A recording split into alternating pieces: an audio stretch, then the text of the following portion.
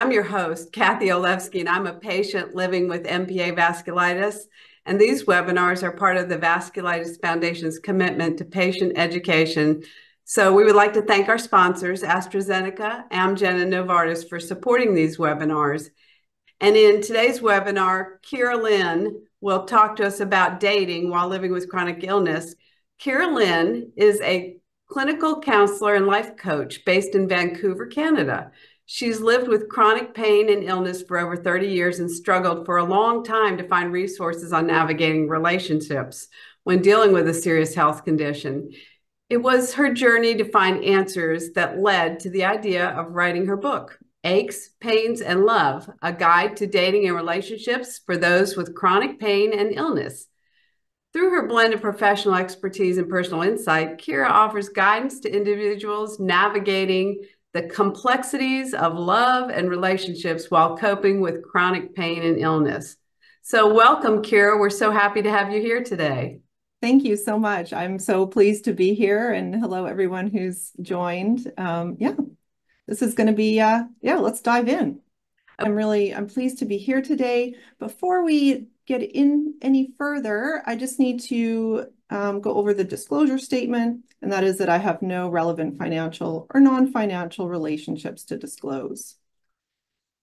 So like Kathy said, I've been living with chronic pain and illness for a long time, since my teens. So dating and relationships with illness is something I've thought about a lot. And one of my biggest struggles was that no one seemed to have any clear answers or useful information for what to do if I wanted to date or have a relationship while living with my health issues, particularly when they were at their worst and I was most debilitated.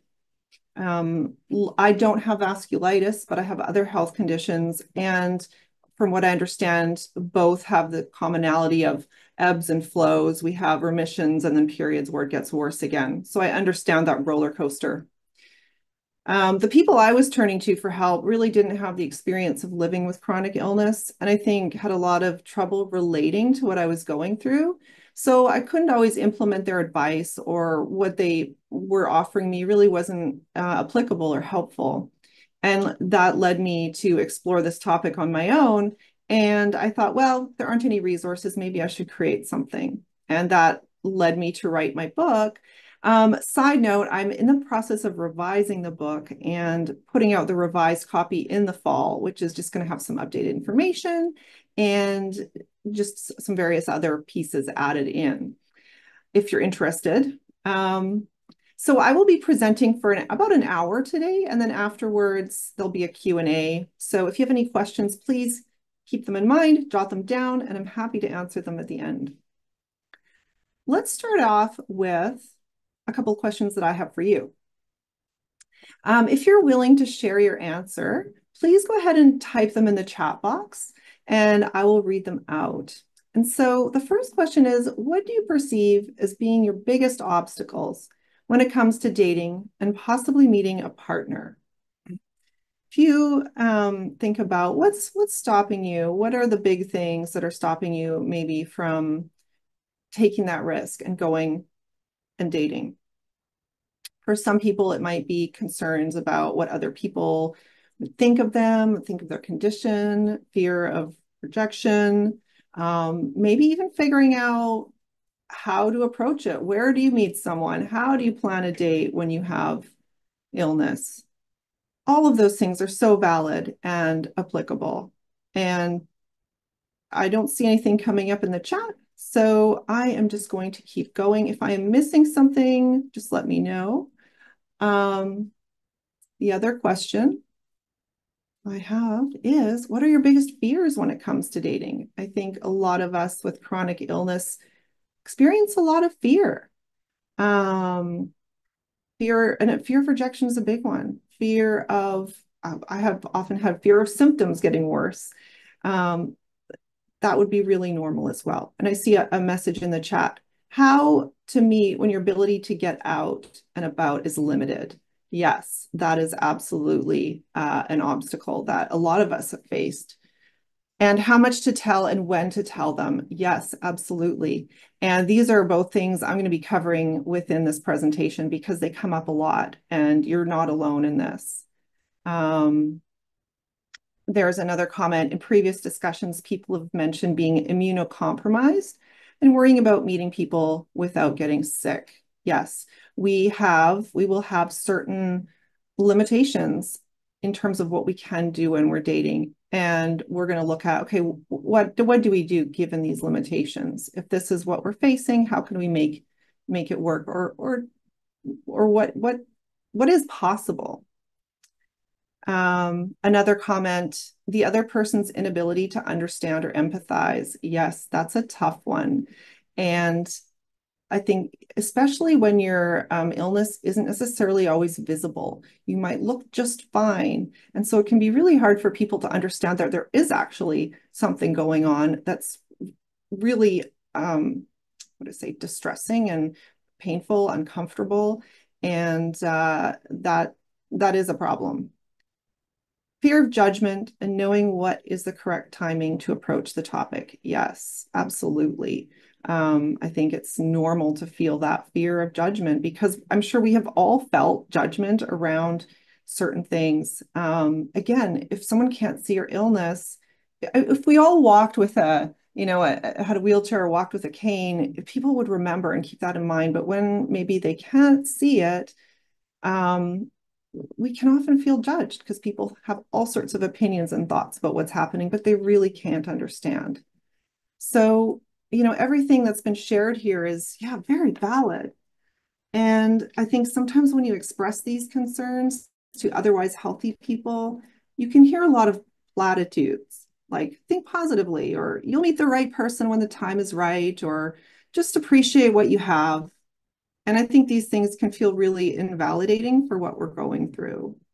The reality is when you're coping and managing or surviving your symptoms, meeting a partner can be extremely complicated and difficult, depending on the severity of your symptoms.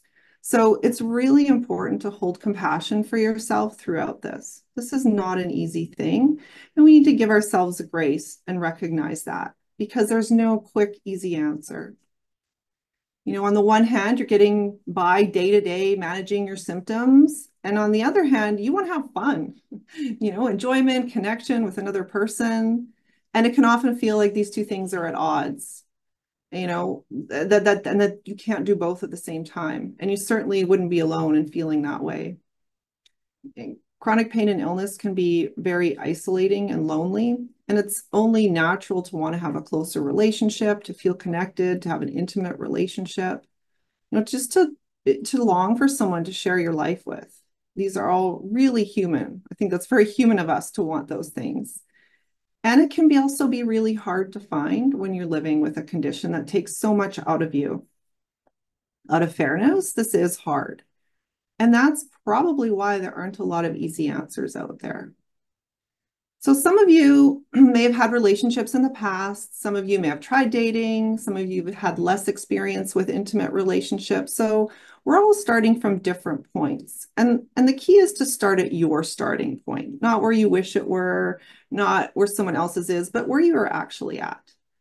And to set yourself up well so that you can do your part to aim for the best possible outcome. Because there are certain things you can do to, facilitate more opportunities. But always through all of it, leading with self-compassion, relentless self-compassion, meeting those tough times with compassion, because this isn't easy. And it's especially not easy because while dating is meant to be fun and exciting, it's our time to be playful. When you have chronic illness, there are a whole lot of other layers that can take some of the fun out of it.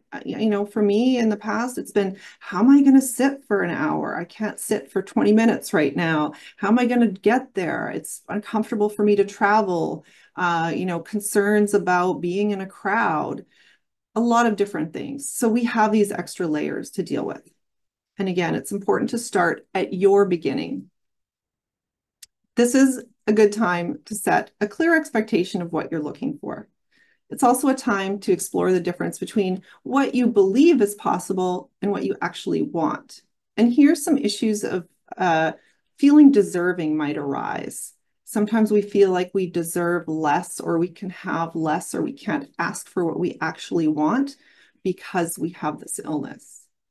But this is a chance to gently start challenging some of those limiting beliefs that might be preventing you for going for what you actually want, or from seeing what might actually be possible, what might be beyond what you think you deserve. So we're developing clarity around what you're looking for. Do you want to dip a toe into dating, see what it's like? Maybe you just want to have a casual hookup, perhaps a long-term relationship, perhaps an online or a long distance, more romance, potentially more of a companionate relationship, something more non-traditional, open, polyamorous, or perhaps you're not ready to date, and you're not interested in dating, but you're kind of curious about this presentation. And so just meeting yourself where you're at and getting clear on what you're looking for. When we don't have the clarity, so I have an example from my own life. I remember during a period of time when I was having symptoms, I hadn't had a relationship in quite a while. And I said to myself, I just want someone to go out on a few dates with. I just want to be able to go out on some dates.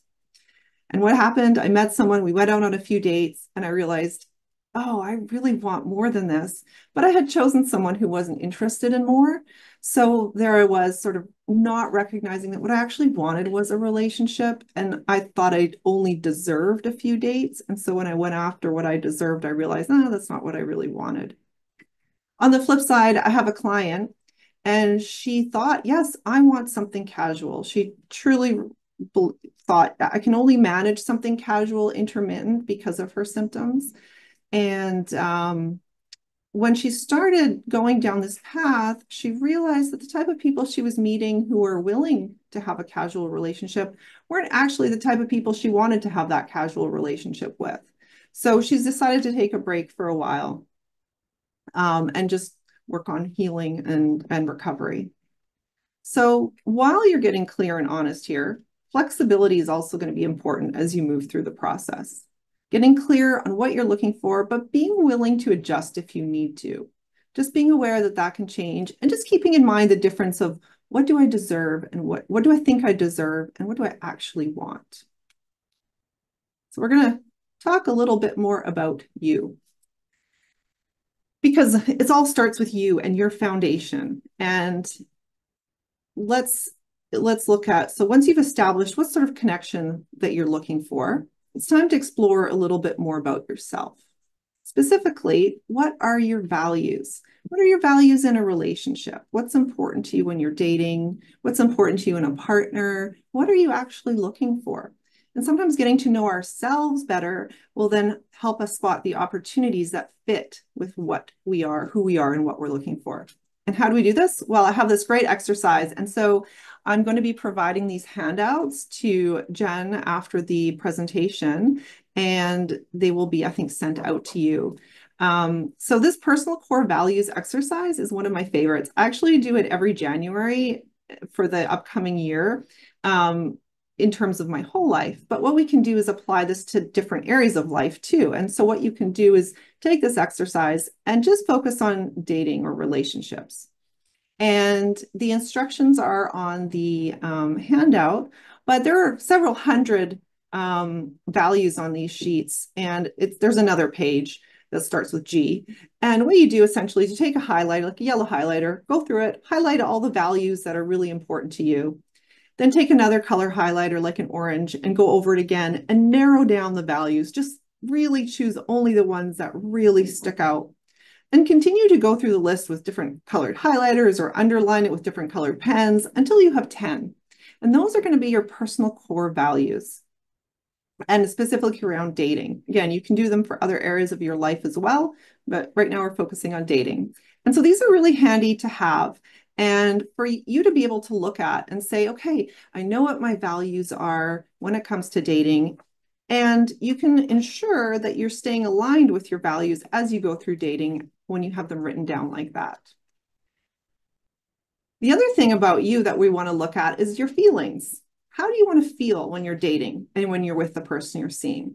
This is a different way of approaching figuring out what you're looking for. Because we can sit and say, okay, these are the qualities I want in a partner. You know, they have to be nice, kind, generous, funny. But ultimately, we're looking at those things and saying, okay, those things, those qualities are going to bring about those certain feelings within us. So let's go directly to the feelings and say, yeah, what are the feelings you want to feel and what's going to bring about those feelings? It's kind of like a back way to the same thing. And in order to do that, I have another handy little exercise. This is the core desired feelings exercise. This is based on Danielle Laporte's desire map. This is another one of my favorites I do with a lot of my clients and myself. And again, it's all written out here, but essentially what you're going to do is brainstorm all the feelings you want to have when you're dating. So perhaps having fun, feeling confident, happy, love, excited, adventurous, perhaps content, at peace.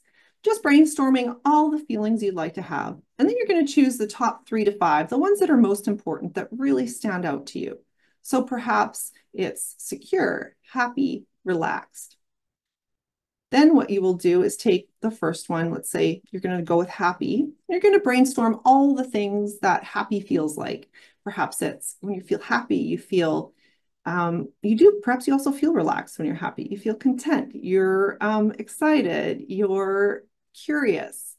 You're just going to brainstorm all the things that happy feels like. And the last step is then to list all the conditions, experiences, situations that bring about that happy feeling. So perhaps, and no thing is too small. So perhaps I feel happy when my date is punctual. I feel happy when my date brings me flowers. I feel happy when I get to go places that I haven't been before. Also, perhaps I feel happy when some of our dates are just online and we meet and chat over video chat. So listing all the things that bring about those desired feelings that you'd like to have in your dating life. And then the key is write down your personal values and your core desired feelings and post them somewhere visible and refer back to them regularly. I like to post mine. I always have my values posted next to my desk at work so that I can look at them every day and say, do I feel aligned with my values today? And you can use this as a guide as you're dating, as you move forward, ensuring, if you're feeling a bit off, you can come back to these and say, am I meeting these things or is something missing? And I really like these 2 exercises because you now have a detailed plan on how to attain the feelings that you'd like to have. And if you're ever needing more clarity or if you're doubting yourself, these lists can help you bring you back to your grounded place. So yeah, just post them somewhere visible and revisit them from time to time. Okay, so now that we've taken some time for you, let's talk about the person that you would like to meet. If you like to write and keep a journal, this would be a good opportunity, not right now, but this is a good thing that you can take the time to write about and write about the person you'd like to meet. So what do I mean by that? What are you looking for in your person? Think about things like communication style. Do you like someone who is regularly in touch? Do you want them to be in touch multiple times a day or perhaps just a couple of times a week? Is it important that they're good with conflict and able to talk through hard things? Just sort of thinking about communication style. Energy level. So perhaps you're looking for someone who has a lower level of energy. If you're not able to be very active, excuse me, someone who is also perhaps not active. Or maybe you like someone with a high energy level to balance you out if you have a lower energy level. Or maybe your energy level is high and you'd like someone to meet you there. Personality. Is there something personality-wise that you like? Someone maybe who's humorous, or perhaps you like people who are introverted. What personality traits interest you? Their interests. Do you have an interest or a hobby that you'd like to share with your partner? What sort of interests would you like them to have? Values. So you've looked at your values. What about your partner's values? What is important for you that your partner value? And what things need to be aligned value-wise for the 2 of you? Qualities, any qualities they might have that you feel are significant or important. Behaviors.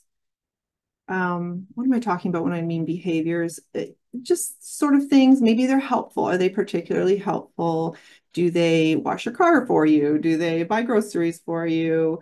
Do they, I'm a little stuck right now, but any sort of behavior that they would do. And some of these things cross over, right? Personality, behavior, qualities, they're all sort of similar. I'm just giving that some thought. And speaking of behaviors, let's talk about some deal breakers, because it's important to know what your deal breakers are and what your bottom line is. So I think we're often tempted to ignore our deal breakers, especially if we tend to be people pleasers, or if we think that our options are limited because of our illness. And we think, oh, we just have to accept what we're getting, even if it's not working for us or it's not ideal. So let's take a look at what some deal breakers might be. So for me, certainly someone who wants me to be very active, that's a deal breaker. I can't be very active, so that's just not going to work. Someone who doesn't believe your symptoms or are invalidating or judgmental, that might be a deal breaker for you. Someone mentioned that in the original chat, like, yeah, fear of judgment. Yeah, then that's perhaps someone that is just not the right fit for you. Deal breakers, someone who repeatedly forgets about your discomfort, someone who's unreliable or inconsistent, someone who's avoidant or frequently unavailable. And when I say avoidant, I mean potentially conflict avoidant, but also avoidant of intimacy or just not very present in a relationship. Someone who doesn't respect or isn't willing to accommodate any special needs you might have. If you don't feel safe around them or able to voice your needs. And of course, abuse of any kind is always a deal breaker. Verbal, emotional, physical, spiritual, financial, any kind of abuse. And these might seem obvious, but it's not unusual to be tempted to compromise your deal breakers if you feel you can't do any better or you don't deserve more. Of course, you can do better, but your mind likes to lie to you. And the truth is, we also live in a world that's ableist, that can sometimes promote the idea that we need to just accept what we can get. But even if doing better means being on your own for a while, you can do better and you don't need to compromise on your deal breakers. So writing down a list of your deal breakers can be really handy, because then you can keep yourself accountable to them, and there they are, they're written down. And the deal breaker list is important because it's going to help you, like I said, keep yourself accountable. And if you start to feel uncomfortable or uneasy with how things are going, whether it's the first date, the 10th date, if you become aware of a deal breaker, that needs to be it. The most important thing is that you're taking care of yourself, not just your physical self, but your emotional and spiritual self as well. Having strong boundaries is really important when it comes to dating, and having them from the beginning is key, because it's a lot easier to have them from the beginning than to try and implement them later on. And I know how hard it can be to say no or to implement, a bottom line, especially when you so badly want to connect with someone. There have been times where I've thought, well, he's not treating me that well, but at least I'm getting something. And it can be hard to give that something up, especially when you haven't been living with intimacy for a while. But again, we know that stress can exacerbate symptoms. And if you're in an unhealthy, unsupportive relationship that's stressful, you might find your symptoms increasing. So tolerating deal breakers can really set the nervous system on fire, and that can then trigger more symptoms. So we want to avoid fires in your nervous system. So yes, that's the deal breakers. And now at this point, you've done your part to prepare for the date. You've thought about yourself, your values, the feelings you'd like, the person you'd like to meet, the type of connection you'd like to have. You've gotten clear on your deal breakers. Let's talk about how and where to meet someone. I always say it's really easy to meet people. There are so many options. That initial encounter, there's lots of routes to that. It's after that where it gets harder. So let's talk about where you can meet someone. First of all, online dating is at the top of the list just because that's where most people meet people now. Mainstream dating sites like Bumble, Tinder, Match, dating apps specifically for people with disabilities. There are some of those. I went into that area, did a little foray there years ago, and I found that these are a little trickier because often there are not a lot of people in your area who are on these apps, so they're not nearly as many people on them as on the mainstream ones. And also there's such a huge range of types of disabilities. So they're a little trickier to navigate, but they're still there. Online activities like gaming. I had a client who was really into online gaming and would chat with people online while she was playing and ended up meeting someone that way. I've also had some clients meet their partners. There's a couple people I work with who've met their partners just chatting on Reddit online on forums about things that interest them or just connected in that area. And you just never know. There are matchmakers. Matchmakers obviously can get pricey, but if that's something that you're interested in, that's a possibility. Also, other dating services, like there's one called It's Just Lunch, where they organize a group of people to go for lunch and you see if you connect with anyone. Again, that's more on the pricier side. There's speed dating. This requires possibly in person. I don't know if they do online speed dating, but it's a way of meeting a lot, like a significant group of people in a short amount of time. Then there's the old strike up casual conversations with strangers if you're out and about and you're able to. Ask family and friends if they know of anyone to introduce you to. Make new friends first to expand your social circle. So I have a client who has a lot of disability and isn't often able to get out much and really wanted to start dating, but wasn't quite ready to jump in. So she actually went on Bumble, and there is a setting where you can just say, meet new friends. And so she met a couple of new friends through Bumble. They became close, and then she was introduced to their social circles and actually met someone that way. So it's not a fast process, but if you are also looking to make friends, that's possible here too. And then there's asking someone on a date and taking that risk, which again can be a little scary, but perhaps it's worth it. So lots of options for meeting people in different venues, whether in person or online. And so once you have met someone, let's talk about the date that you might go in. So I have some ideas for low energy date activities, but also date activities where you may, if you're on immunosuppressants and you're not able to meet in person or meet somewhere where there are a lot of people, there's some ideas here. So movies, online or in person. Some people like to get together on a video chat, start the movie at the same time and watch the movie together, and they can kind of chat while the movie's going and do like a watch like that, but they're just not together in the same space.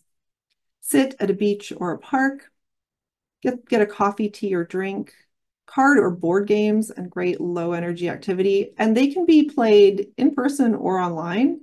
Lots of online games, kind of a fun thing to do on a date.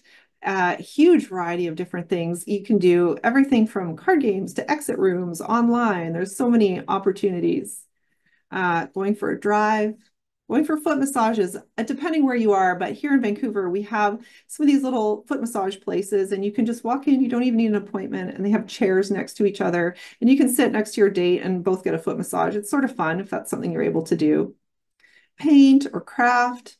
Sometimes that can get kind of funny. I once had a date where we decided to decorate cakes, and the cakes looked terrible at the end, but we had such a good time and some really good laughs on that one.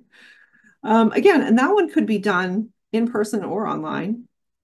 Stand-up comedy online or in person, or picnicking, the beach or a park. And I think there are probably a lot more ideas out there for low energy and no crowd or low interaction dates. Only your imagination really sets your limits. And getting creative. We do need to get creative. Like, out of fairness, we need to get a little creative. We might need to work a little harder to plan our dates. And just remember to choose things, not just because you can do it, but because you actually enjoy doing it. This is meant to be pleasurable. And also don't be afraid to ask for what you like to do. and for people to come to where you're located.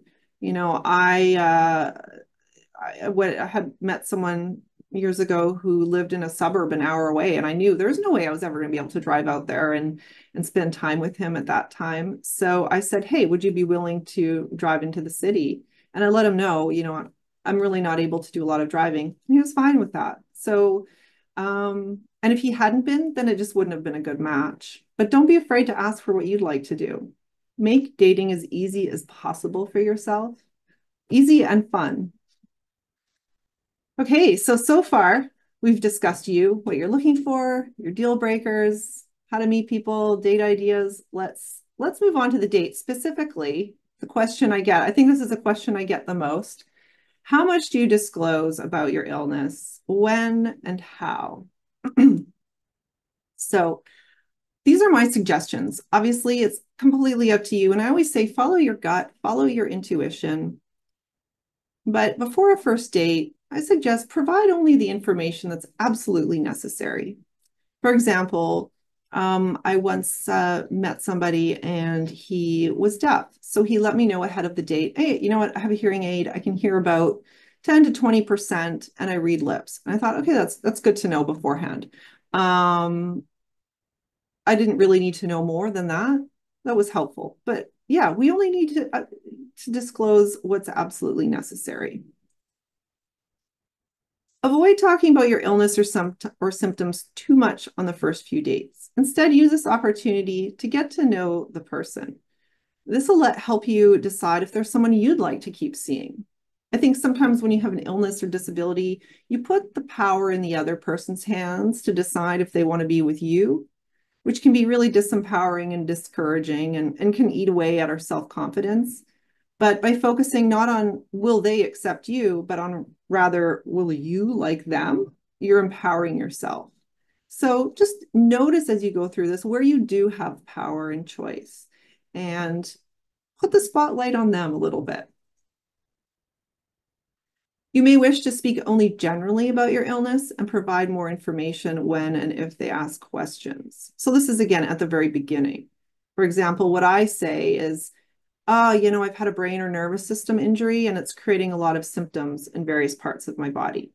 I say that instead of saying, well, I have fibromyalgia, chronic fatigue, migraines, interstitial cystitis. Like, I'm not going to list it all off. I'm just going to say my nervous system's out of whack and it creates a lot of issues for me. Because that's really all someone might need to know if I'm going a little more into disclosing.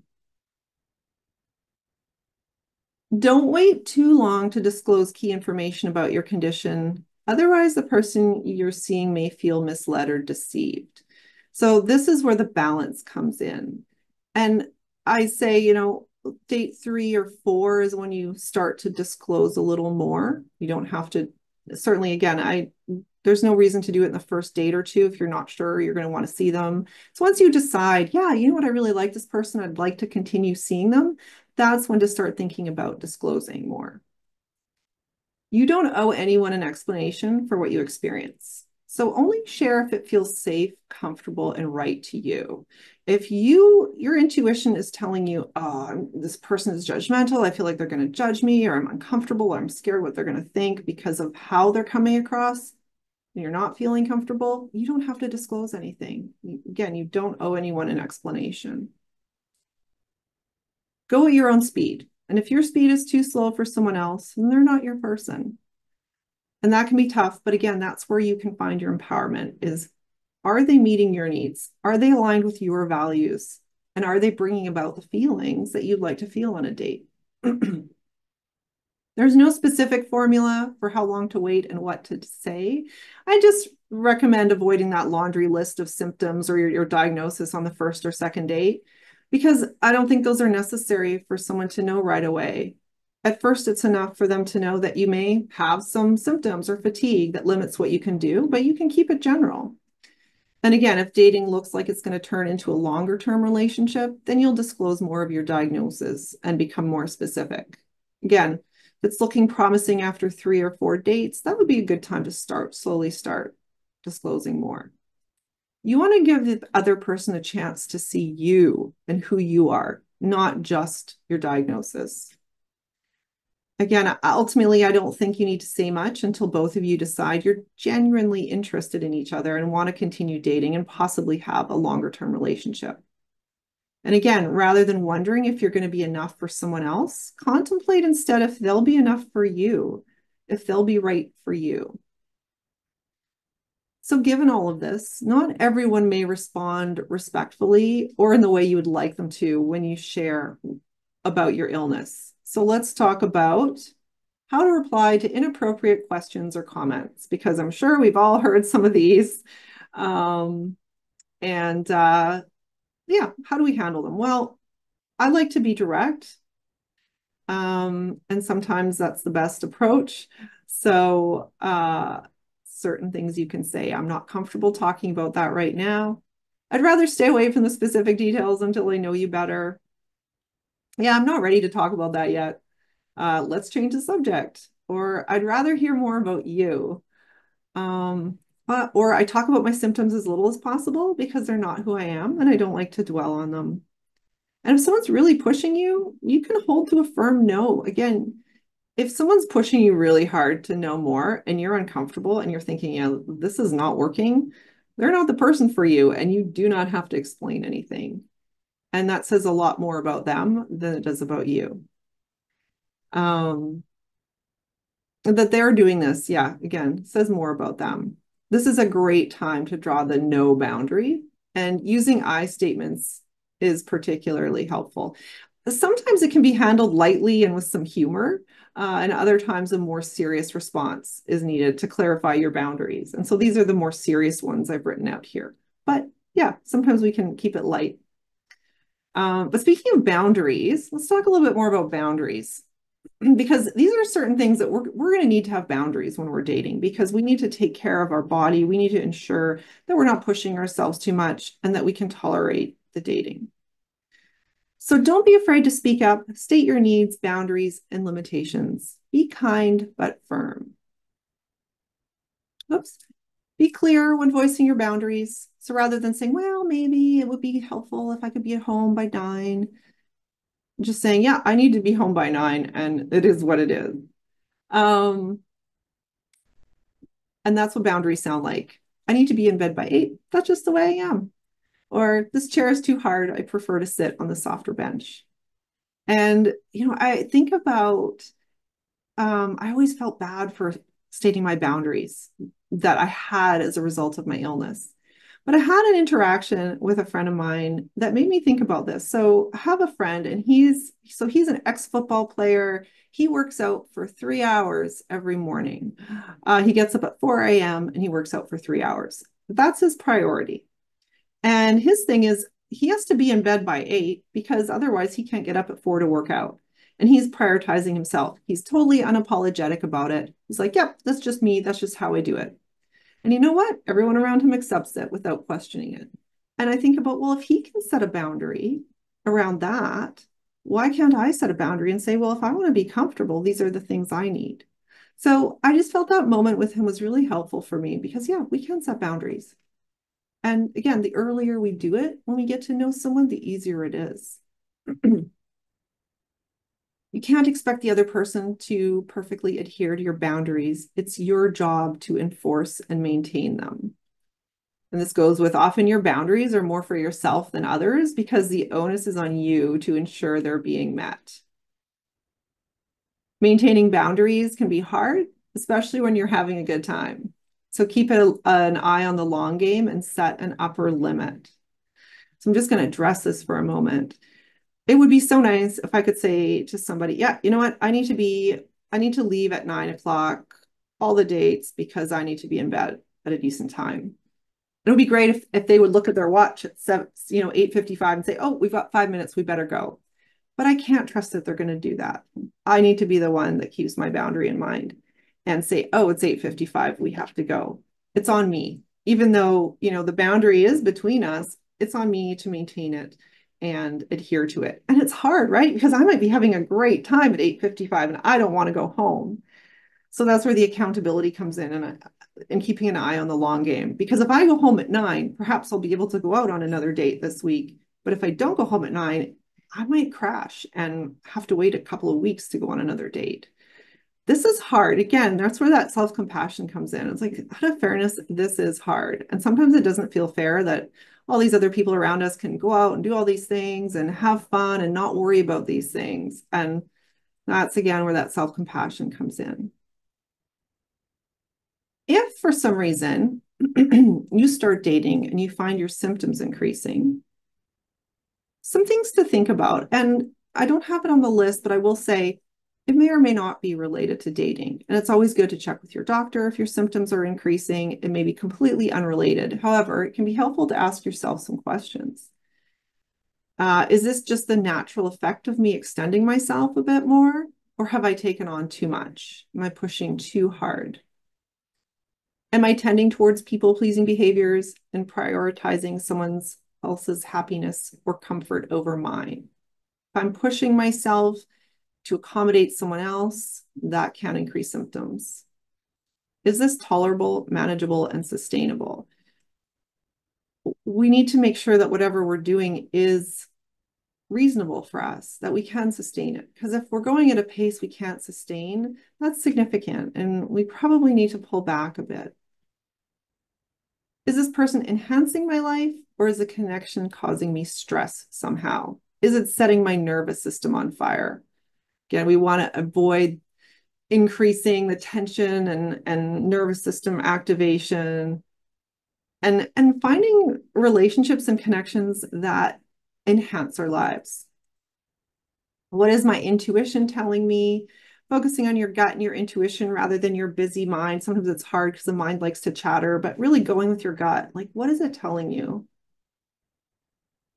And this is where we can loop back to the exercises we talked about earlier. Am I still aligned with my values and my core desired feelings? Or are some of those out of whack? Because that can also lead to an increase in symptoms, you know? And also, have I been ignoring any of my deal breakers? Because you've written all of these things down. This is where you can go back and refer to them. Let me close the loop there. And then before we wrap up, some tools, tips, and tricks to make dating a little easier. Just a few odds and ends. Let's see. Go in with curiosity rather than any expectations or attachment to the outcome of the experience. Expectations can really set us up for additional disappointment and suffering. I like to go in curious, like, I wonder what this is going to be like. I wonder what they're going to be like. I wonder, will something funny happen? Will something unexpected happen? Just being very curious. Kind of like a scientist in a lab or a journalist going to report on a situation. So just that you have a little bit of detachment there, that you're observing what's happening. Like I said, like a scientist, view it as an experiment, observe the results non-judgmentally. We're trying not to judge what happens, just being an observer. Consider it practice. You're practicing dating while living with an illness. Out of fairness, this is hard. And it's practice. We go out on a few dates with different people. We just see how it goes. We're just practicing. It's also a good way to look at practice because, okay, what do you need? Maybe you think you need to have certain factors in place. Try them out. See if they work. See if your boundaries are working for you. And if not, adjust them. Do positive visualizations about your dates going well out loud, about 7 or 8 minutes. See yourself enjoying yourself and finding it easy. So I really love this one. Visualizations are so powerful. And the reason they're so powerful is that your brain, the part of your brain that's always listening, always paying attention, doesn't know the difference between an actual occurrence and a visualization. That's the part of the brain that can generate anxiety and stress and ramp up your nervous system. So if you do these visualizations every day for the week leading up to a date, by the time you get there, that part of your brain is already going to think you've been out on 7 dates and you can do this and handle it easily. And so the positive visualizations and doing them out loud is most helpful. So you might want to find a private spot or when no one's around.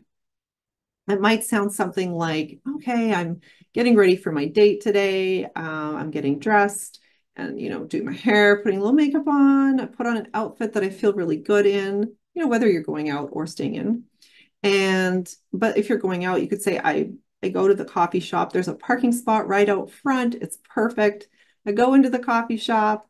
I'm there before my date, so I go to the counter and I order my favorite drink. And oh, look, there's the perfect table for us to sit at. It's in a quiet corner, it's got comfortable seating. So I sit down and I wait. Oh, and there comes my date. And, just saying out loud in the present tense, describing a date that goes really well. And it doesn't even need to be realistic at all. What you're doing is you're priming your brain and showing it that, yeah, you can do this and it's easy. And it might sound really simple or kind of weird, but it works really well. The next one, don't take anything personally. So this is one of the 4 agreements in the book, The 4 Agreements by Don Miguel Ruiz. I don't know, perhaps some of you have read this book. It is fabulous. I love it. It's a little book, like literally little, and it's not very long. And I like to reread it every couple of years. He writes about 4 agreements to have with yourself to go through life. And I like it so much that I'm including it in the resources. I've just done a little summary. And if you like the summary, I recommend getting the book. And one of the things is not taking anything personally, because it's never about you. It's always about the other person, the lenses through which they see the world, their beliefs, rules, and assumptions for how things should work and how the world should work. And so really focusing on not taking things personally can help if you feel that perhaps they're judging, and also pairs very well with curiosity. The other agreements are always do your best, be impeccable with your word, and don't make assumptions. And all 4 of those I find really, really helpful. Great reminders. Intuition is key. Allow your gut to guide you rather than your anxious mind. Your gut is not going to lead you astray. You don't need to apologize for your disability, illness, or your body ever. It's tough to live in a body that has illness. Sometimes also our bodies may not appear, medications can affect our body shape, size, and that can be tough, but absolutely no need to apologize or explain these things to anyone. Take your time on your dates. Take your time getting to know someone. There's no rush. You're allowed to go at your own pace, at the pace your body needs to go. And if someone's rushing you, then there's your opportunity to set a boundary. And again, I know I've said this a lot, but meeting the tough moments with self-compassion. Out of fairness, this is hard. It is hard. You have a lot more layers to deal with in these situations than most people. But above all else, remember, this is meant to be fun and pleasurable. For all the seriousness of this presentation, you don't know how it will turn out. There are no guarantees, but you can have some fun. Don't forget to have fun, enjoy yourself, be playful, experiment, observe, and enjoy. And that brings me to the end of the presentation. Just a huge thank you to everyone who attended. It's such a pleasure to be able to present to you. And I'm going to stop my screen share, and then we can go to the chat and see if there are any questions for today. Just going to stop my share. There we go. Well, thank you so much, Kira. I think as people, we'll give them a chance to get in and populate questions in the Q&A box or unmute themselves. You can use the reaction bar at the bottom as a place where it shows that you have a raised hand, whatever works for you, so that Kira can see that you have a question. Yeah, either in the chat box or verbally if anyone has a question. Jen or Kathy, do either of you have questions? I thought it was fabulous information, a lot of things that I never ever thought about before, and interesting about setting your own boundaries and how other people set boundaries. I just thought it was a lot of great information. It looks like you're getting a few comments, questions now. Awesome presentation. Well, thank you. Thank you so much. Advice and guidance. I'm so glad that you feel braver to try dating. I'm glad that this has been helpful. It does take courage to date when we have an illness. And it can also be a lot of fun if we take that risk. Thank you for a great presentation. Oh, thank you. Would we be able to get a copy of the slides for notes? Yeah, I think I should be able to send those as well. Well, I was going to say that the presentation has been recorded and it will be up on the YouTube channel, but you can also reach out to the Vasculitis Foundation for any of the content in your presentation today. Okay, perfect. Yeah. And the presentation's also on my website. So there's also that. But if the Vasculitis Foundation has recorded it, you have it already. Thank you for the presentation. Yeah, you're welcome. Thank you for attending. Really appreciate everyone being here today. It looks like you gave us so much information. So far, there aren't any questions, which is always a great compliment to a speaker. Oh, well, thank you. Say that I wish I had had this presentation even with as someone without a chronic illness, just on dating in general. I loved how you focused on, I think, the tendency everyone has to almost worry too much about the other person instead of what they deserve, you know, and I think that could be a bit of an issue, you know, if you add a chronic illness on top of that, that you're just worrying too much about maybe giving up too much of what matters. Yeah. So, you know, everything that you said today applies to all of the people with vasculitis that are also married, as I am, living with a partner.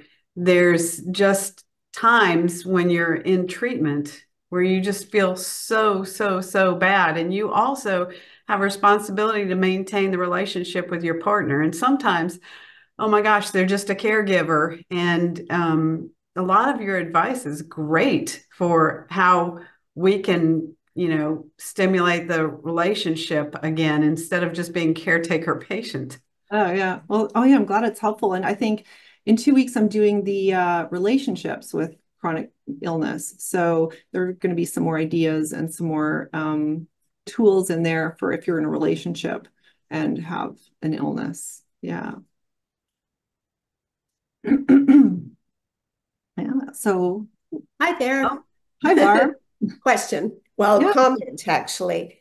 I'm Barb, and I thought the presentation was excellent. Thank you very much. Oh, thank But you.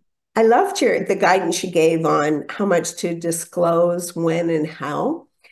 And I really liked what you said in terms of just to keep it very general. And I got a great tip out of you because I do have vasculitis, obviously. And when I'm trying to, well, I'm getting out there and I'm dating again right now. But I loved your comment about just saying, you know, my immune system is just out of whack and it creates some symptoms for me right now. You know, that's just such a general statement to say. And the other, I find that is a statement that I find people would accept a lot, which was great. Great. And I also like the response you gave about when they start prying into, so what exactly is going on with your immune system? To be able to say, yeah, I talk about my symptoms as little as possible because that's not who I am. And that, I think that's just a great response. Well, great. Yeah. So I thank you for that. Thank you. Yeah, absolutely. And I do find that when you do have an illness and you tend to be a people pleaser almost sometimes. And I just had quite an experience when I was going out with somebody, thought he was just great, we were in sync and everything else. But as it continued to go along, I realized that the relationship was triggering a lot of my symptoms for vasculitis. I found that my stress levels were increasing, that I wasn't practicing my self-care as much as I should. And I had to step away from everything to just kind of look after me. Yeah. And so that's a really great ability you have to observe and be aware of what's happening in your body and making that link. And that's really, really helpful to be able to do in these situations. It's hard. It is hard. Yeah. Again, out of fairness, this is hard.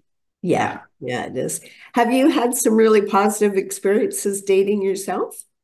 Yes, I have. So a lot of this information is what I've learned through trial and error. And yeah, I've had, you know, I found that once I was firm on what I wanted not feeling insecure about people's as insecure about people's reactions to me, and I had my boundaries in place, I started attracting different types of people and a lot more understanding people.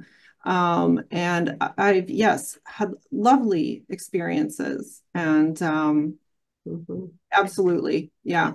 You know, how we present ourselves, and that's why I really like to focus on ourselves, self first, because how we present ourselves and what we put out there really does have an impact on the type of people we meet or are willing to put up with. I totally agree. What you put out is what you get back. Your energy level, for sure. Just your vibes. Yeah. Yeah. Yeah. So thank you very much. It was a great presentation. Oh, you're so welcome, and thank you for your feedback and your nice comments. Yeah, and Jennifer and Kathy, thanks for organizing these, because beyond the illness, there's so many day-to-day issues that people really do need to get some guidance on. So I thank you. It looks like you have a question there. Yes. From... Yes. Yeah. Joao? Yeah. Can you hear me? I can, yes. Hello. I don't have a question because the explanation was very clear, and I want to thank you. I find it hard as well, especially since I am very young and I don't know anyone around me with vasculitis.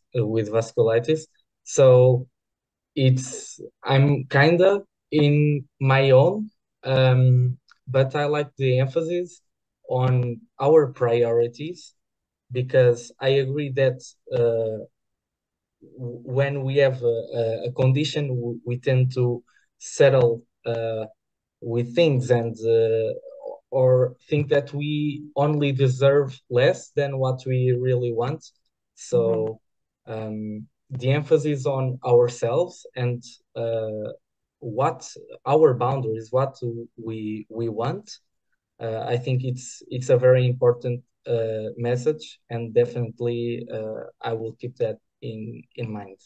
Well, thank And you. thank you. Yeah, thanks for your comments. And again, it's so tough to have a chronic illness when you're young, because I think, having been there myself, the older you get, the more people tend to understand about health issues. But when you're young, the people around you, are often very healthy and active and really have a hard time relating to what you're going through. So like really, again, that self-compassion, this hard. It is hard to be young and have a condition like that, and can feel very lonely at times because, yeah, you don't know other people in a similar situation. So yeah. Thank you. Thank you. Is there another Jenny put a question in the chat. I'm fairly new diagnosed and many active symptoms. Would you recommend waiting to date until it improve or find a new normal? Yeah, so this is sort of where the intuition comes in, and exploring, what is it that would feel right and be reasonable for you. Again, depending on the severity of your symptoms, what are you able to manage? And really listening to your body and what it's telling you.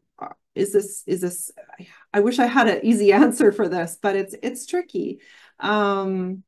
It's sometimes, and I have often chosen times where I thought it's just too much. I can't deal with my symptoms and still be there for someone else. I just don't have anything to give because I need all that I have for myself. And I've consciously taken periods away from relationships or dating, because I just couldn't do it. So I think it's a lot about checking in with yourself and also experimenting, right? Practice. Sometimes I say to clients, okay, so you can go online, meet some people, chat, and just see how you feel. You don't owe them anything. You can have some conversations virtually and see if you want to pursue it, and take it one step at a time. You don't necessarily have to decide date or don't date. You can just go very slowly and see what it's like. Again, be that observer, be that scientist, and see what happens. Yeah, you're welcome, Jenny. just lots of curiosity, compassion, experimenting. Sometimes it takes, so I'll often find that it takes me pushing past a boundary or a limit a little bit in order to realize where it is exactly. Because, you know, when you're within it, you don't always know where it is. So sometimes, oh, yeah, went too far, have to pull back. And I also like the idea, actually, this is one thing I was going to mention, but forgot. I like the idea of setting an upper limit. So I think a lot of the time we say, okay, I'm going to do at least 30 minutes of this activity, or I have to do an hour of this. But I found with, you know, having an illness, I say to myself, I'm only allowed to do 30 minutes. I'm not allowed to do more. And that's that boundary thing too. But I like the idea of an upper limit rather than a minimum. And I find that can be helpful as well and keeps the nervous system a lot calmer so you don't feel as much pressure. Yeah. All right. I think we've covered all the comments in the chat box. I was just going to say, it looks like we're at the, you did such a great job with your presentation. The questions were not as many as we have in other webinars. So that was great. I think at this point, we will just say that as a reminder, this was being recorded and it will be published on the Vasculitis Foundation's YouTube channel. So anyone that registered for today, if you want to share this with somebody else, you'll receive the link as soon as it's up. And we'd like to thank the Vasculitis Foundation for hosting these webinars. They're committed to patient education and patient outreach, and medical, and our sponsors, Amgen, AstraZeneca, and Novartis, and of course, our speaker today, Kira Lynne. Thank you so much for spending your time with us today and helping us understand this complicated journey that people are on with their vasculitis. Well, thank you. Thank you for having me. I really enjoyed presenting, and I look forward to coming back in 2 weeks.